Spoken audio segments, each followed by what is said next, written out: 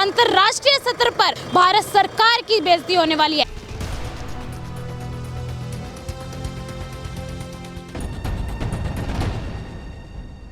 National media ਦਾ ਸਾਰਾ ਵਿਕਿਆ ਹੋਇਆ ਹੈ। ਦੇਸ਼ ਦਾ ਢਿੱਡ ਭਰਦਾ ਹੈ ਪੈਦਾ ਕਰਕੇ ਅਨਾਜ, ਉਹ ਅੱਜ ਸੜਕਾਂ ਤੇ ਬੈਠਾ ਹੈ। देखो जी, ये सरकार शुरू से जुमलेबाज रही है और इनके पास झूठ से के सिवाय और कुछ नहीं है।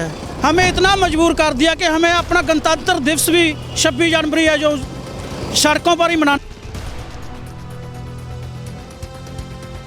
नमस्कार, मैं अनुपमा, आप देख रहे हैं डबवाली केसरी। इस वक्त मैं मौजूद हूं किसानों के बीच। आप देख सकते हैं कि किसानों का संघर्ष चल रहा है। आज किसानों की ट्रैक्टर रैली चल रही है। दुनिया के सबसे बड़े गणतंत्र में भारत सरकार किसान विरोधी है।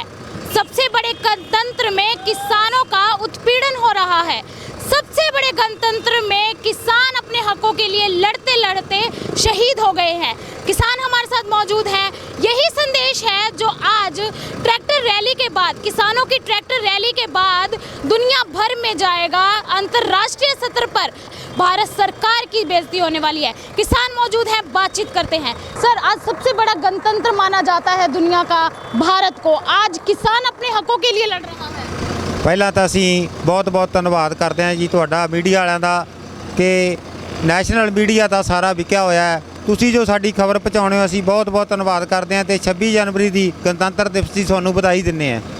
ਅੱਜ ਤੁਹਾਨੂੰ ਵੀ ਪਤਾ ਹੀ ਹੈ ਕਿ ਜੋ ਦੇਸ਼ ਦਾ ਢਿੱਡ ਭਰਦਾ ਹੈ ਪੈਦਾ ਕਰਕੇ ਅਨਾਜ, ਉਹ ਅੱਜ ਸੜਕਾਂ ਤੇ ਬੈਠਾ ਹੈ ਤੇ ਗਣਤੰਤਰਤਾ ਦਿਵਸ ਵਾਲੇ ਦਿਨ ਸਾਨੂੰ ਮਜਬੂਰ ਕੀਤਾ ਸਰਕਾਰ ਨੇ। ਸਾਡੇ ਕਿਸਾਨ ਵੀਰ ਦਿੱਲੀ ਦੇ ਵਿੱਚ ਵੀ ਇੱਕ ਟਰੈਕਟਰ ਮਾਰਚ ਕੱਢਣ ਜਾ ਰਹੇ ਅੱਜ, ਤੇ ਸਾਡੀਆਂ ਜਥੇਬੰਦੀਆਂ ਦਾ ਫੈਸਲਾ ਕਿ ਸ਼ਹਿਰਾਂ ਦੇ ਵਿੱਚ ਵੀ ਜਿੱਥੇ ਹੋ ਸਕਦਾ ਹੈ ਸਾਰੇ ਸ਼ਹਿਰਾਂ ਦੇ ਵਿੱਚ ਵੀ ਆਪਾਂ ਟਰੈਕਟਰ ਮਾਰਚ, ਟਰੈਕਟਰ ਰੈਲੀ ਕੱਢਣੀ ਆ।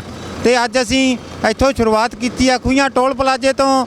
ਡੱਬ ਵਾਲੀ ਸ਼ਹਿਰ ਦੀ ਪਰਿਕਰਮਾ ਕਰਦੇ ਹੋਏ ਵਾਪਸ ਖੂਹੀਆਂ ਟੋਲ ਪਲਾਜ਼ੇ ਤੇ ਜਾਣਾ ਤੇ ਅਸੀਂ ਇੱਕ ਸਟੇਜ ਲਾ ਕੇ ਕਿਸਾਨੀ ਦੀ ਉੱਥੇ ਝੰਡਾ ਲਹਿਰਾਇਆ ਗਿਆ, ਜੋ ਆਪਣਾ ਰਾਸ਼ਟਰੀ ਝੰਡਾ ਕਿਸਾਨ ਤੇ ਮਜ਼ਦੂਰ ਨੇ ਰਲ ਕੇ ਲਹਿਰਾਇਆ। ਇਹ ਸਾਨੂੰ ਪਹਿਲੀ ਵਾਰ ਇਹ ਸੁਭਾਗ ਪ੍ਰਾਪਤ ਹੋਇਆ ਕਿ ਕਿਸਾਨ ਤੇ ਮਜ਼ਦੂਰ ਰਲ ਕੇ ਜੋ ਝੰਡਾ ਲਹਿਰਾਉਣ ਦੇ ਵਿੱਚ ਸਫਲ ਹੋਏ ਹੈ, ਕਿਉਂਕਿ ਪਹਿਲਾਂ ਰਾਜਨੀਤਿਕ ਲੀਡਰ ਲਹਿਰਾਉਂਦੇ ਸੀ, ਉਹਨਾਂ ਦੇ ਦਿਲ ਦੇ ਵਿੱਚ ਖੋਟ, ਮਾੜੀ ਨੀਤੀ ਸਰਕਾਰ ਦੀ ਕਿ ਕਿਸਾਨੀ ਨੂੰ ਬਿਲकुल मौत के कगार पे खड़े करता जी। बात करें कि जैसे कि आपने बताया कि बहुत इतने साल निकल चुके हैं, आज गणतंत्र दिवस के दिन हमें अपने अधिकारों का पता लगा था, वहीं आज किसान अपने अधिकारों को लिए लड़ रहा है गणतंत्र दिवस के दिन। बिल्कुल लड़ रहा है जी। देखो दो महीने ते 15 दिन हो गए अज दिल्ली के बार्डर से बैठिया नूं। साडे वीर बजुर्ग, साडियां मातावां भैणां इन्नी ठंड दे विच बैठे है, पर सरकार हजे तक पता नहीं की चाहुंदी है। क्योंकि सरकार कदे कहंदी असीं रद्द करदे नहीं, कदे कहंदे कुछ करवा लो, कदे कहंदे सोध करवा लो। बिल्कुल सरकार की माड़ी नीति है जी। ये असीं ये सफल नहीं होण देवांगे। जिन्ना चिर बिल तिन्ने रद्द नहीं हुंदे उन्ना चिर दिल्ली तो वापस असीं नहीं आवांगे। हाँ जी, बाकी जो परेड करन दा मेन मकसद है, असी दुनिया नूं ये दसना चाहुंदे आ कि यह कल्ले किसान की लड़ाई नहीं। अज शहर दे विच जाके हर एक बच्चे नूं यही दसना चाहुंदे आ कि अपनी सांझी लड़ाई है, दुकानदार की, मजदूर की, छोटे दुकानदार की, छोटे व्यापारी की, हरेक धर्म नूं, हरेक वर्ग नूं ये सरकार बिल्कुल कमज़ोर करना चाहुंदी है। जिहड़े जो कारपोरेट घराणे आ 2-4 उन्हां नूं सारा देश बेचना चाहुंदी है, असीं नहीं बेचण देवांगे जी। अभी हमारे साथ कुछ और भी किसान हैं, उनसे भी बातचीत करते हैं। क्या नाम है सर? मेरा नाम कुलदीप सिंह है जी। आज सरकार कहती है कहीं ना कहीं किसानों को भड़काया गया है, ऐसा तो कुछ नहीं है। देखो जी, ये सरकार शुरू से जुमलेबाज रही है और इनके पास झूठ से के सिवाय और कुछ नहीं है। अब हम क्या बोले सरकार को। हमें इतना मजबूर कर दिया कि हमें अपना गणतंत्र दिवस भी 26 जनवरी है जो सड़कों पर ही मनाना पड़ा है। आप देख के आए हैं, हमने 26 जनवरी भी रोड पे मनाई है। सरकार कहती है आय दुगनी कर देंगे, परंतु किसान नहीं चाहते। क्या करें जी, सब झूठ है। आज तक की सरकार ने झूठ के सिवाय दिया ही क्या है।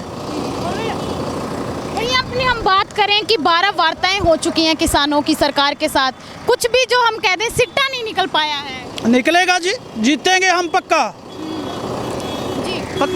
पक्का जीत के आएंगे जी। क्या नाम है? दीपेंद्र सिंह जी। आज युवा बढ़ चढ़कर साथ दे रहा है किसानों का, युवाओं की तादाद ज्यादा है। युवा क्या चाहते हैं? जो कानून वापस चाहते हैं, युवा ही खतरे में है। बुजुर्गों ने तो जिंदगी वैसे ही काट ली है, जो आने वाली पीढ़ी के लिए खतरा है ये काले कानून।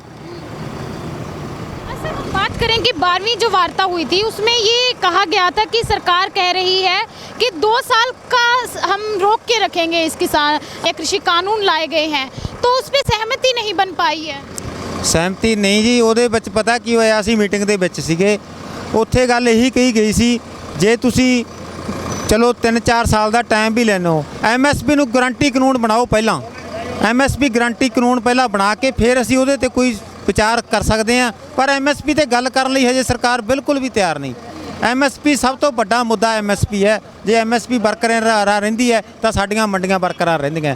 ਸਾਨੂੰ ਐਮਐਸਪੀ ਬਹੁਤ ਵੱਡੀ ਜ਼ਰੂਰੀ ਹੈ ਪਹਿਲ ਦੇ ਆਧਾਰ ਤੇ, ਪਰ ਐਮਐਸਪੀ ਤੇ ਹਜੇ ਸਰਕਾਰ ਕੋਈ ਗੱਲ ਕਰਨ ਲਈ ਤਿਆਰ ਨਹੀਂ ਜੀ। ਪਹਿਲੀ ਗੱਲ ਐਮਐਸਪੀ ਹੈ, ਉਹ ਬਾਕੀ ਤਿੰਨੇ ਕਾਨੂੰਨਾਂ ਤੇ ਗੱਲ ਉਦੋਂ ਬਾਅਦ ਚ ਹੋਏਗੀ। ਪਹਿਲਾਂ ਸਾਡੀਆਂ ਜਥੇਬੰਦੀਆਂ ਨੇ ਇਹੀ ਫੈਸਲਾ ਲਿਆ ਸੀ ਕਿ ਐਮਐਸਪੀ ਗਰੰਟੀ ਕਾਨੂੰਨ ਬਣਾ ਕੇ ਉਹ ਦਿਓ ਸਾਨੂੰ, ਉਦੋਂ बात ਅਸੀਂ ਉਸ ਤੇ ਗੱਲ ਕਰਾਂਗੇ। सर बात करें कि हर वार्ता में एक रास्ता निकलता था कि अगली वार्ता का, तो इस बार अगली वार्ता का कोई रास्ता नहीं निकला। ਬਿਲਕੁਲ ਨਹੀਂ ਜੀ, ਪਹਿਲਾਂ ਤਾਂ ਗੱਲਬਾਤ ਕਰਨ ਲਈ ਸਰਕਾਰ ਤਿਆਰ ਨਹੀਂ ਸੀ। ਪਿਛਲੀ ਜਿਹੜੀ ਹੈ ਮੀਟਿੰਗ ਹੋਈ ਹੈ ਉਹਦੇ ਤੇ ਥੋੜੀ ਬਹੁਤੀ ਉਹਨਾਂ ਨੇ ਕਿਹਾ ਕਿ 3-4 ਸਾਲ ਵਾਸਤੇ ਅਸੀਂ ਰੋਕ ਲਗਾ ਦਿੰਦੇ ਹਾਂ, ਉਦੋਂ ਬਾਅਦ ਵੀ ਕਮੇਟੀ ਬਣਾ ਦਿੰਦੇ ਹਾਂ, ਇੱਕ ਐਮਐਸਪੀ ਤੇ ਵੀ ਇਹਦੇ ਕਮੇਟੀ ਬਣਾ ਦਿੰਦੇ ਹਾਂ। ਐਮਐਸਪੀ ਦੀ ਕਮੇਟੀ ਕਾਹਦੀ ਬਣਾਉਣਗੇ ਜੀ? ਐਮਐਸਪੀ ਤਾਂ ਸਾਨੂੰ ਲਿਖ ਕੇ ਕਾਨੂੰਨ ਬਣਾ ਕੇ ਦੇਣ, ਫਿਰ ਸਾਨੂੰ ਸੰਤੁਸ਼ਟੀ ਹੋਊਗੀ, ਸਾਡੀਆਂ ਮੰਡੀਆਂ ਬਚ ਜਾਣਗੀਆਂ। ਨਹੀਂ ਤਾਂ ਅਸੀਂ ਤਾਂ ਜਮਾਂ ਹੀ ਬਿਲਕੁਲ ਕਿਸਾਨ ਦੀ ਪਹਿਲਾਂ ਵੀ ਮੰਨ ਕੇ ਚਲੋ 1700-1800 ਨੂੰ ਕਣਕ ਵਿਕਦੀ ਹੈ, ਉਦੋਂ ਨਹੀਂ ਪੂਰਾ ਪੈਂਦਾ ਜੀ, 1200-1300 ਨੂੰ ਵਿਕਣ ਲੱਗੀ, ਫਿਰ ਕਿੱਥੇ ਪੂਰਾ ਪੈਣਾ। ਸਾਨੂੰ ਮੇਨ ਮੁੱਦਾ ਪਹਿਲੀ ਗੱਲ ਐਮਐਸਪੀ ਗਰੰਟੀ ਕਾਨੂੰਨ ਬਣਾ ਕੇ ਦੇ ਦੇਣ, ਉਦੋਂ ਬਾਅਦ ਅਸੀਂ ਉਹ 'ਤੇ ਗੱਲ ਕਰਨ ਲਈ ਤਿਆਰ ਹਾਂ। ਪਰ ਨਹੀਂ ਬਣਾ ਰਹੀ ਸਰਕਾਰ, ਐਮਐਸਪੀ 'ਤੇ ਗੱਲ ਕਰਨ ਲਈ ਤਿਆਰ ਹੀ ਨਹੀਂ। अब सरकार सर एक भी कदम पीछे हटने को तैयार नहीं है, तो अब किसान क्या करेगा सर? किसान की आगामी क्या रणनीति होगी? ਕਿਸਾਨ ਜਥੇਬੰਦੀਆਂ ਨੇ ਇਹੀ ਫੈਸਲਾ ਦਿੱਤਾ ਜੀ ਵੀ ਤੁਸੀਂ ਸਾਡੇ ਨਾਲ ਜਦੋਂ ਵੀ ਗੱਲ ਕਰਨ ਲਈ ਆਉਣੇ ਹੋ ਉਹੀ ਗੱਲਾਂ ਪੁਰਾਣੀਆਂ ਦੁਹਰਾਉਣੇ ਹੋ ਦੂਜੀ ਵਾਰ। ਇਦੋਂ ਬਾਅਦ ਜੇ ਸਾਡੇ ਨਾਲ ਗੱਲ ਕਰਨੀ ਹੈ ਤਾਂ ਤਿੰਨੇ ਕਾਨੂੰਨ ਰੱਦ, ਐਮਐਸਪੀ ਦਾ ਗਰੰਟੀ ਕਾਨੂੰਨ ਨਹੀਂ, ਅਸੀਂ ਇਦੋਂ ਬਾਅਦ ਕੋਈ ਗੱਲ ਨਹੀਂ ਕਰਨੀ। ਇਦੋਂ ਬਾਅਦ ਸਾਡੀ ਜਥੇਬੰਦੀਆਂ ਵੱਲੋਂ ਕੋਈ ਮੀਟਿੰਗ ਨਹੀਂ ਰੱਖੀ ਜਾਊਗੀ ਉਹਨਾਂ ਨਾਲ ਗੱਲ ਕਰਨ ਦੀ।